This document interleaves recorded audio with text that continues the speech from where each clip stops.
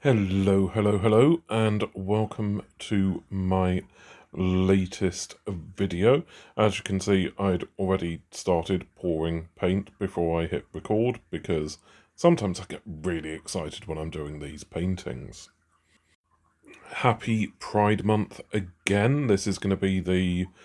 Oh, Lord knows how many times I've said it. So all of my Pride Month videos are tangentially about the LGBT community. Unless you haven't guessed, or you haven't watched any of my videos before, I'm a gay pan artist. I'm also dyspraxic, but it's Pride Month, so LGBT plus folks are enjoying our truths, trying to get some queer joy in a world that is not designed for us, doesn't embrace us, and where we have to fight for our rights just to be equal to the straight folks out there. So, happy Pride Month. All of these are about us. If you don't enjoy content by an openly gay and pan guy, then this isn't the place for you. If you agree with the conservative laws that are coming out in many countries, banning homosexuality, oppressing our transgender brothers, sisters, and siblings, this video is not for you. This place is not for you. Go and enjoy a safe space elsewhere. If, however, you do believe in the emancipation and the rights of LGBT plus people, then this is a place for you. And if you don't believe in it and you just want to learn some things, stay, learn. Who knows, you might change your mind. And if you don't change your mind, you might just learn something. You never know. So without further ado, this is a kiss pour, where the pour is done with a usually a white centre in the shape of a kiss imprint.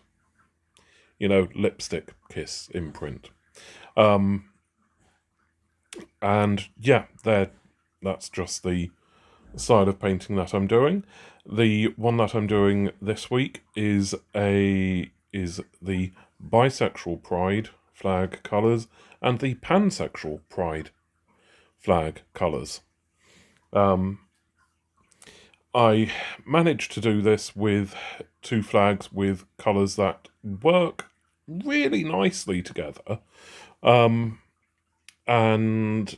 yeah, just because bisexuality and pansexuality are considered by a lot of people to be two sides of the same coin, for want of a better word, and they're two sexualities that are often intertwined together.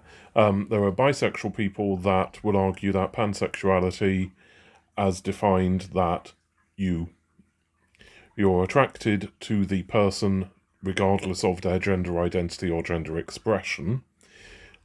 That is a term which people take to be more inclusive than bisexuality, which traditionally, I say traditionally, since the term has been used to represent a sexual identity, has been taken to mean being attracted to two genders, male or female, so kind of the predecessor to sexual identities that reflect our transgender, non-binary, and other gender identity siblings.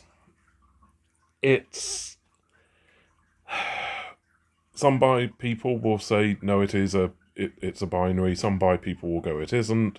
Some pan people will think that bi is a binary and pan isn't. Sometimes they're used as interchangeable terms. I will always, and I think most right-thinking people, or correct-thinking people, will leave it up to the individual as to how they identify. I identify as gay, but also pan, because some of the people who I have had sexual encounters with and have been sexually attracted to do not identify as male. So I'm kind of like, there's a thing there around my own identity.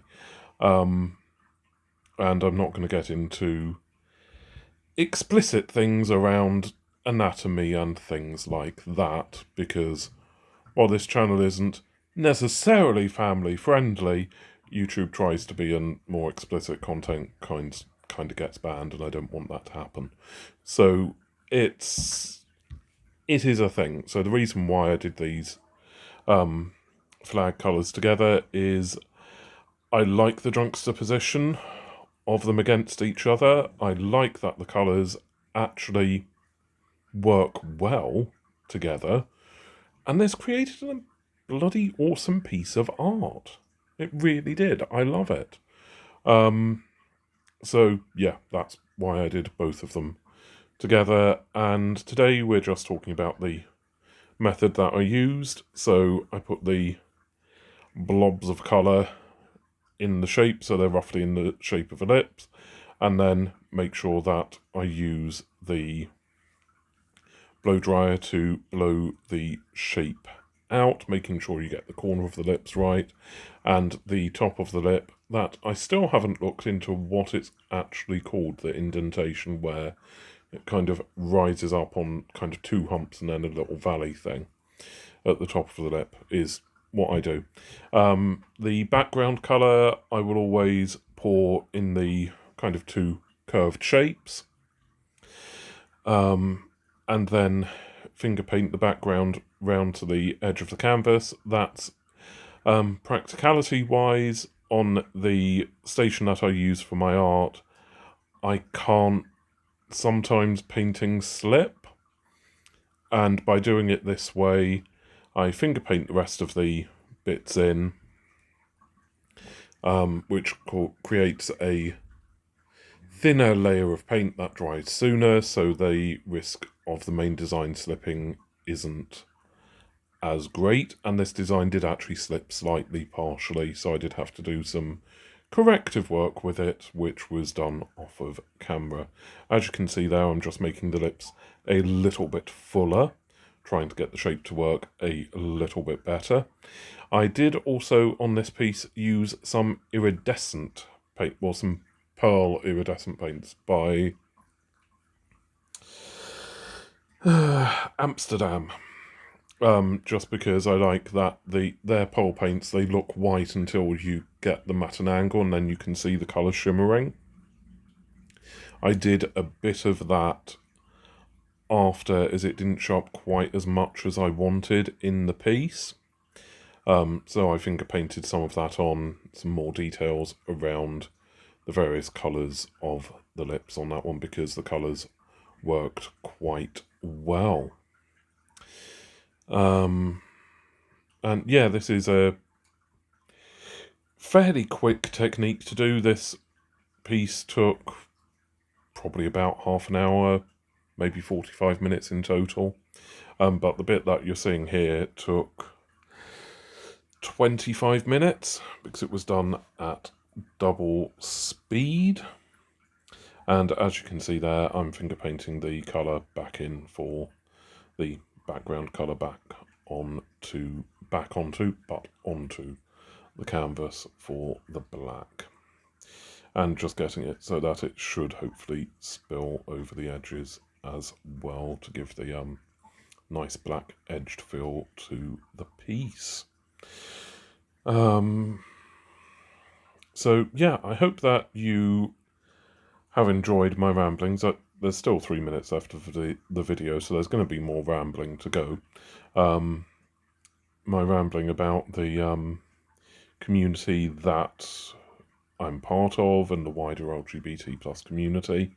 One of the exciting things with regards to bisexuality and pansexuality is it's being recognised more and more within the community. There is now Bi Pride UK that I've had the honour of being involved with. I was at their first Pride, basically supporting as much as I could. It was one of the more friendly Prides that I've ever been to. I've been in various Pride parades within my work within the Pride movement. The most joyous bit that I've marched in was at the UK's first UK Pride up in Hull. The Bi Pride, chair of Bi Pride, came up and was marching in the parade with their banner. They did not have another person with them, so I was holding the other side of the banner, and the reaction as we went through that parade was electrifying, and that's not overstating it. There were so many people that their eyes lit up when they realised there was a pride that was focusing on them and their sexuality. Because far too often, as bisexual folks or pansexual folks, you're either too gay to be accepted in the straight world, too straight to be seen as too gay to be accepted in the straight world, or seen as too straight to be accepted in the gay world. And that having somewhere that caters for you and looks to you and your experience for that part of the community is priceless. It's one of the friendlier prides that I've ever been to as well. I honestly love it. Please look up Bi Pride UK and support them as much as you can, because they are an amazing group of people. They really are fantastic. And also support your local bi and pan organisations as well as other LGBT organisations. If you want to support a gay pan artist, check out my social media at @sissyartist.